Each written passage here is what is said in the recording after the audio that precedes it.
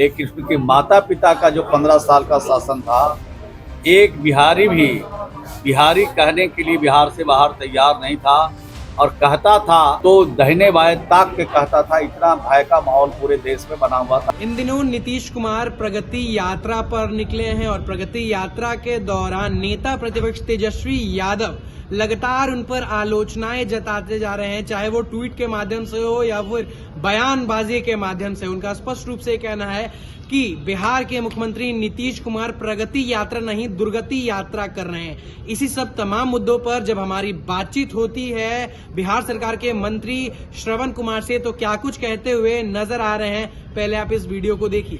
बिहार की जनता का जो सम्मान करेगा, जो उनके हिसाब से उनके विकास के लिए, तरक्की के लिए काम करेगा, जो राज्य में अमन और शांति का काम करता है, उसके पक्ष में जनता रहती है।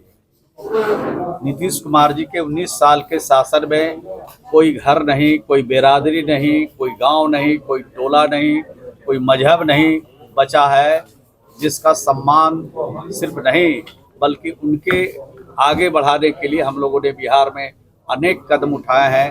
हर घर में नल का पानी पहुंचाया। अब तो देश के प्रधानमंत्री जी ने और भारत सरकार ने अभी जिसके पास पक्का मकान नहीं है उसका भी सर्वेक्षण हो रहा है, और 10 जनवरी से ये काम शुरू हुआ है, और हर व्यक्ति को पक्का मकान मिल जाएगा जिनके पास अपना नहीं है। पैसा जो बाकी सब मिला केंद्र से जो पैसा मिल रहा था बाकी अभी तो सर्वे का भी काम चल रहा है, और भारत सरकार तत्पर है। हम लोग संपर्क में हैं। जल्द ही जो हमारे लंबित आवास है, प्रतीक्षा सूची में है, उसको भी हम लोग जल्द से जल्द पूरा करेंगे। सर मंत्री दिल्ली जाएंगे चुनाव प्रचार में? दिल्ली विधानसभा का चुनाव आप लोग लड़ रहे हैं, तो जाएंगे? तो हम लोग क्यों नहीं जाएंगे? मुख्यमंत्री की बात कर रहे हैं। हम लोग से फाजिल रहेगा तब ना मुख्यमंत्री को जाना पड़ेगा। हम ही लोग जा रहे हैं, हम ही लोग कमान वहाँ संभाल रहे हैं। उनके निर्देश और उनका जो सोच है, विजन है, लोगों तक पहुँचाएंगे। तो चुनाव में हम लोग जाएंगे। और बीजेपी नहीं मांग रही है कि नीतीश जी को वहाँ प्रचार करने के लिए बीजेपी ने कोई प्रस्ताव भेजा है?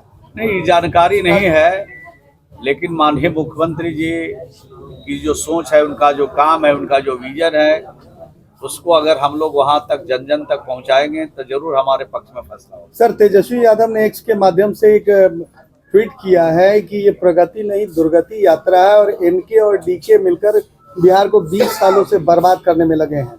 देखिए, तो जनता से पूछने का सवाल है कि बिहार की प्रगति यात्रा है या दुर्गति यात्रा है। अगर 19 वर्षों में जो प्रगति हुई है, आज शान के साथ देश के किसी हिस्से में बिहार का आदमी सीना तान करके बिहारी कहता है, लेकिन उनके माता पिता का जो 15 साल का शासन था, एक बिहारी भी बिहारी कहने के लिए बिहार से बाहर तैयार नहीं था, और कहता था तो दाहिने बाएं ताक के कहता था। इतना भय का माहौल पूरे देश में बना हुआ था बिहारियों के साथ। तो आज तो बिहारी कहलाना स्वाभिमान का विषय है, अपमान का विषय को समाप्ति करने का काम बिहार की सरकार और बिहार के मुख्यमंत्री नीतीश कुमार जी ने किया है।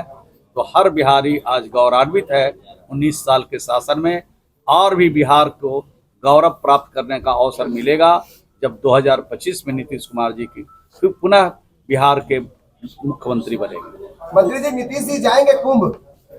अब ये सब सवाल तो निजी सवाल है, कौन कहाँ जाएंगे, किस यात्रा पर जाएंगे। अभी तो यात्रा ही चौथा ही यात्रा मुख्यमंत्री जी का चल रहा है, अभी तो कई यात्रा बाकी है। ठीक है सर। सर, योगी कैबिनेट आज महाकुंभ के दौरान ही लग रही है।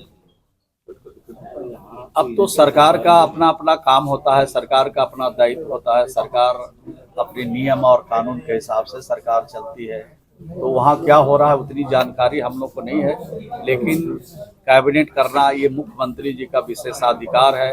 वहाँ की सरकार को काम करने के लिए अगर कुछ कमी है तो कैबिनेट से योजना कैबिनेट से प्रस्ताव पारित करके उसको राज्य में लागू की जाती है। सर, उपेंद्र कुशवाहा और वशिष्ठ नारायण सिंह की मुलाकात हुई है, क्या विलय करने की बात हुई है या फिर गठबंधन में सीटों को लेकर कुछ बातचीत चल रही है? उनसे ही बात कर लीजिएगा, हमको इस तरह विषय जानकारी नहीं है। धन्यवाद। ठीक है, धन्यवाद सर। तो आपने देखा क्या कुछ कहते हुए नजर आ रहे थे बिहार सरकार के मंत्री। उनका स्पष्ट रूप से ये कहना था कि प्रगति तो हुई ही है, और यदि आपको प्रगति के बारे में जानना है तो बिहार की जो आवाम है, बिहार की जो जनता है, उनसे जुड़े और उनसे बात करने की कोशिश करें।